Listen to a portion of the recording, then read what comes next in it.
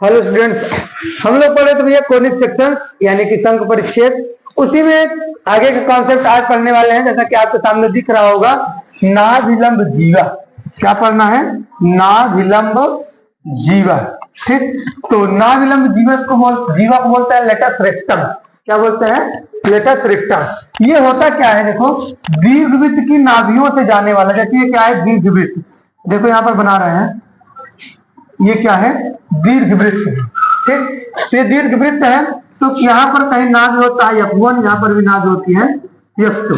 ठीक, तो इसकी जो लंबवत रेखा आएगी, ठीक, इसी को बोलते हैं नाभिलंब जीवा। क्या बोलेंगे? नाभिलंब जीवा। ठीक, नाभिलंब जीवा। ग्रीन कलर दिख रहा है, नाभिलंब जीवा। ठीक ना? क्या? नाभिलंब जीवा। और जो ये है, इसको भी क्या बोलेंगे? नाभिलंब जीवा। इसको भी क्या बोलेंगे भैया? नाभिलंब जीवा ही बोलेंगे। ठीक ना? किसी कोई समस्या नहीं होनी चाहिए। अब यही हमको आपको दिखाना है कि जो इक्वेशन हम लोगों ने निकाला था कल, क्या? x² plus y² upon v² equal to a, इसका जो नाभिलंब होगा उसको हमको आपको निकालना है। ठीक ना? क्या निकालना है? नाभिलंब जीवा की लंबाई इस इक्वेशन की। तो जैसे कि अगर आप देखें ध्यान से, तो मान लो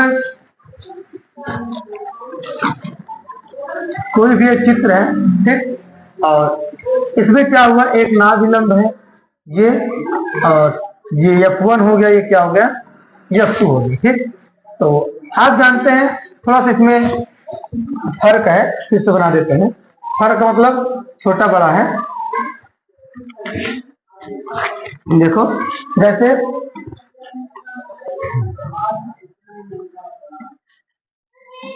ये हो गया मान लो F2, ये क्या हो गया? F1। किसी को भी F1 F2 कर दो, कोई प्रॉब्लम नहीं। ठीक ना? तो ये क्या होता है? C होती है डिस्टेंस। ये भी क्या होती है? C होती है। इतना आपको पता है। ठीक ना? तो ये डिस्टेंस C होती है, तो इसका निशान क्या हो जाएगा? x एक्सिस पर C होगा। क्या होगा? C होगा। और जो नाभिलंब है, नाभिलंब F1 से ये डिस्टेंस होता है, यहां से यहां तक को क्या कर रहे हैं हम? यल कह दे रहे हैं। तो C कामा यल हो जाएगा। सॉरी,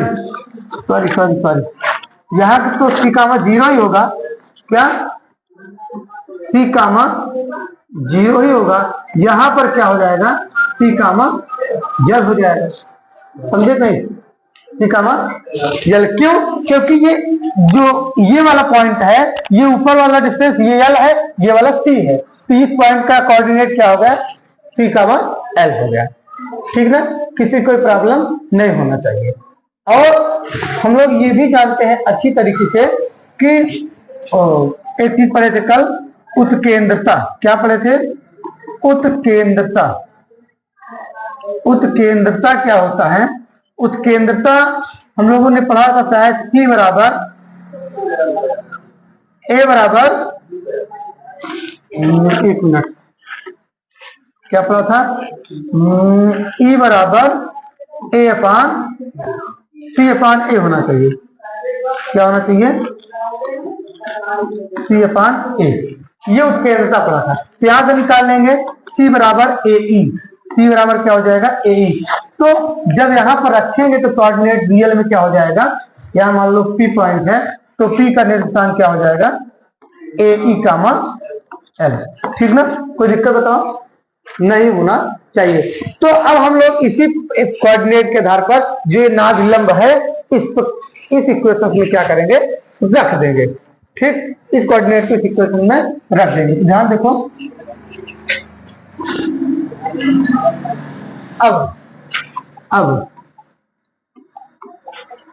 अब क्या?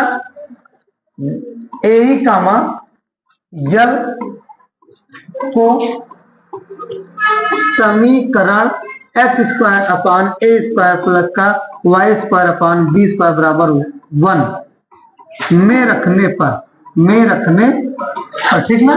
तो यक्स के स्थान पर क्या हो जाएगा, ए, ये यक्स है, ये क्या है, वाई है, ठीक ना।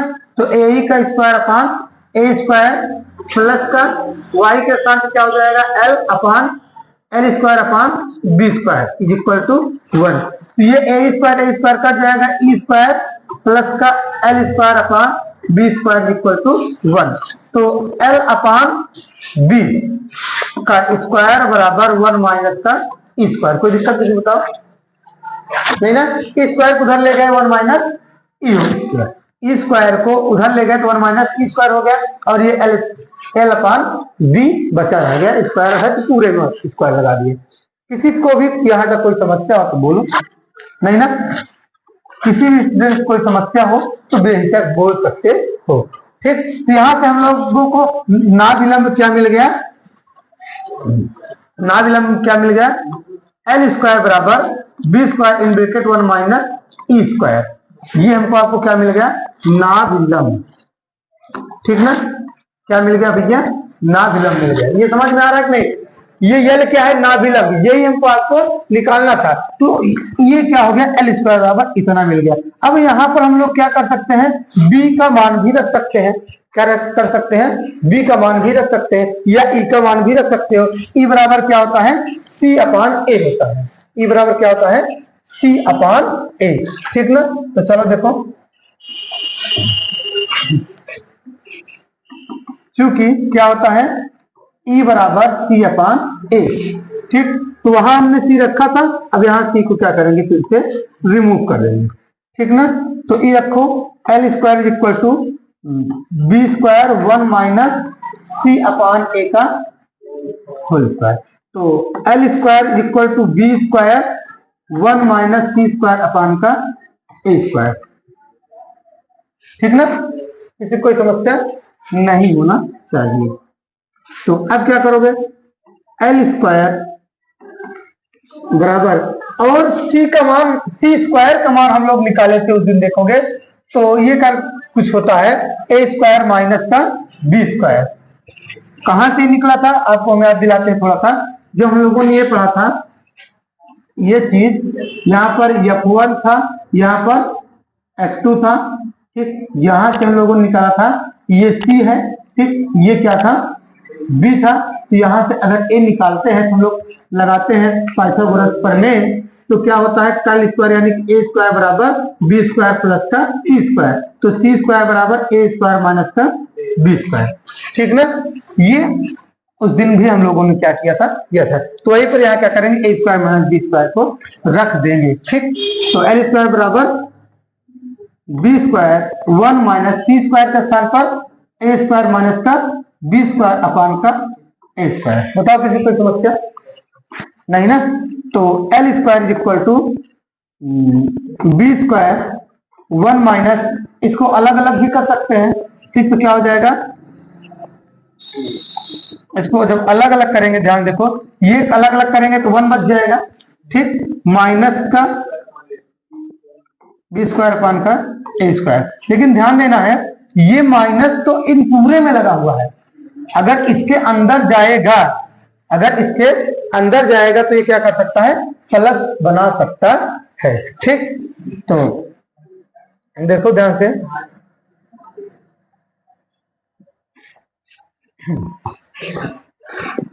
यह तो आप बी स्क्वायर का गुणा भी कर सकते हो, पहले इसमें क्या कर सकते हैं, बी स्क्वायर का गुणा भी कर सकते हो, ठीक।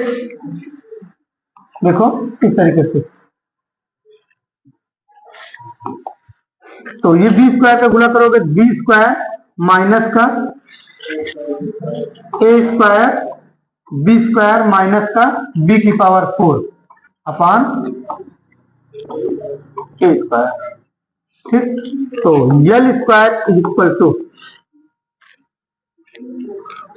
L square is equal to, l था ई था यार, यल था यार, क्या रहेगा एल। तो l square is equal to क्या हो जाएगा, बी स्क्वायर क्या, बी स्क्वायर और इसका गुणा करा दोगे क्या हो जाएगा, लेकिन हमको आपको तोड़ना है, कोई दिक्कत नहीं, इसको सॉल्व कर देखो। बी स्क्वायर और ए स्क्वायर माइनस ए स्क्वायर और बी स्क्वायर माइनस बी की पावर 4 अपान ए स्क्वायर। ठीक, ये माइनस माइनस क्या हो जाएगा, प्लस हो जाएगा, ये कैंसिल हो जाएगा। ठीक, तो यहां से अगर निकालेंगे तो L square is equal to क्या हो जाएगा, बी की पावर 4 अपान ए स्क्वायर। ठीक, क्या हो जाएगा, बी की पावर 4 अपान ए स्क्वायर, जो कि आपको यहाँ पर दिख रहा है। ठीक, अगर इसको हम लोग ऐसा भी लिख सकते हैं, ये बी स्क्वायर अपान ए बच जाएगा। ठीक ना, कोई दिक्कत बताओ। ये पूरा बनाएंगे, जो बी स्क्वायर का स्क्वायर नीचे ए का स्क्वायर, इधर का स्क्वायर इधर का स्क्वायर से कैंसिल हो जाएगा। ये हमको रियल में क्या मिल गई, नाभिलंब जीवा। नाभिलंब जीवा बोल सकते हैं, नाभिलंब कितना मिला, वो भी केवल हमको, आपको ध्यान रखो, ये मिला हुआ है क्या, ये वाला मिला, और जितना ये उतना यहाँ नीचवा भी होगा। ठीक, तो वही क्या हो जाता है, दुगना कर देते हैं, वही क्या हो जाता है भैया, दुगना कर देते हैं।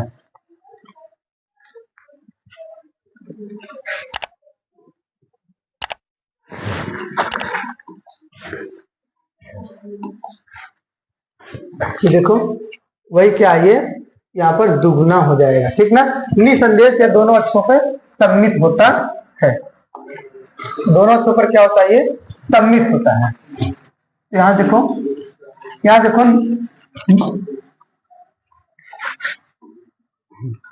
क्या लिखेंगे, चूंकि, कलर थोड़ा सा चेंज कर देते हैं, क्योंकि हम लोग ये जानते हैं, जो चित्र था भी आपके सामने, देखो ये जो चित्र था, ये भी उतना ही होगा, ये भी इतना होगा, यानी कि अगर आप ध्यान देखेंगे, यहाँ पी है, यहाँ क्यू कर दिए, तो पी एफ वन बराबर क्यू एफ वन होगा। ध्यान समझो, क्या होगा, क्योंकि पी एफ वन बराबर क्यू एफ वन होगा, और क्योंकि हम लोगों ने पी एफ वन निकाला है, क्या पी एफ वन क्या निकाला है, B square upon a square. तो अगर हमको टोटल या नाभिलंब जीवन निकालना है, तो क्या हो जाएगा, 2 से गुणा। ध्यान समझो, ये दोनों बराबर है, तो एक का मान बी स्क्वायर अपान ए है बराबर क्यू एफ वन, तो ये भी उतना ही हो गया। तो दोनों के क्या करेंगे, क्योंकि नाभिलंब जीवा क्या हो जाएगी, 2l, क्या हो जाएगी, 2l, दोगुनी हो जाएगी। तो क्या रख देंगे, 2 इंटू बी स्क्वायर अपान ए। ठीक ना, ये क्या हो गया, नाभिलंब जीवा का मान हुआ। किसी भी स्टूडेंट कोई समस्या होगी ना, नहीं है, तो चलो फटाफट नोट करो यहाँ पे।